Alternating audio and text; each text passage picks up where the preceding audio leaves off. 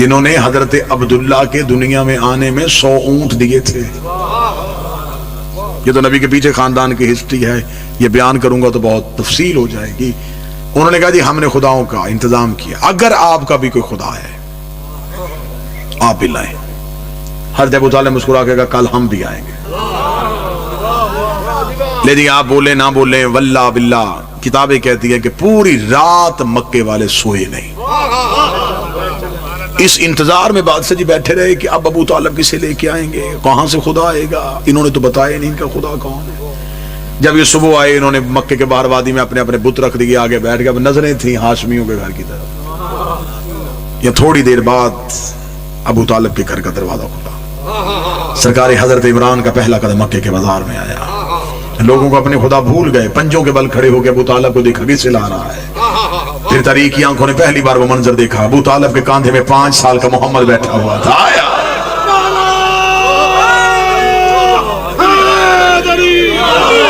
آپ خاموش ہو گئے, ابھی لا الہ الا اللہ کا نعرہ لگا ہی نہیں, ابھی کسی کو پتہ ہی نہیں کہ اللہ ہے.